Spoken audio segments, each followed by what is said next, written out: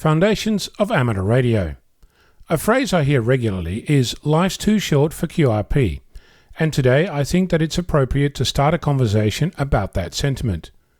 When propagation is poor, the high-power amplifiers get on air and use it to prove that you need power to get out and about. Far be it from me to deny another amateur the pleasure of working 1,000 stations at the same time, a so-called pile-up. It's a thrill. I've done it during contests. It's fun. You call CQ and the biggest problem you're faced with is deciding on which station to pick. In the past I've mentioned that I've made a contact with Cuba, about 18,000 kilometers away, using 5 watts. Over the weekend I managed just under a third of the distance, Perth to Tuvalu, 7,000 kilometers with a wire and 5 watts. You could take away from this that I like bragging about my contacts, and it's true that I'm proud of having achieved those things, but that's not actually what I want to talk about. Amateur radio is a lot like fishing. You can go out and throw a stick of dynamite into a pond and pull out all the fish. Or you can stand up to your armpits with a reel in your hand casting a fly to catch a fish. Operating QRP is like fly fishing. It takes practice, patience and perseverance. Of course it's not for everybody, but then neither is fly fishing.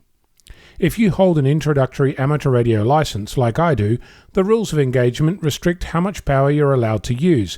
For some, this restriction appears to inhibit their ability to enjoy the hobby. This podcast started live some 6 years ago precisely because a new entrant was expressing their need for more power. My contact over the weekend wasn't particularly earth-shattering. It was made with a minimum of equipment, a wire antenna on a squid pole strapped to a house, simple radio, running off a battery in preparation for a contest that was happening the next day. The thing to note is that it happened on 40 meters, using 5 watts, and the distance was twice the maximum distance within my own country.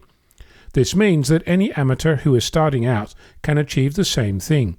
It means that you might need to review your assumptions if you think of a 4,000 kilometer distance between stations as a hurdle that cannot be overcome. The takeaway should be that while QRP is not for everyone, it's a perfectly valid way of enjoying the hobby and smelling the roses along the way. In case you're wondering, yes, I was wearing a grin from ear to ear after making my contact.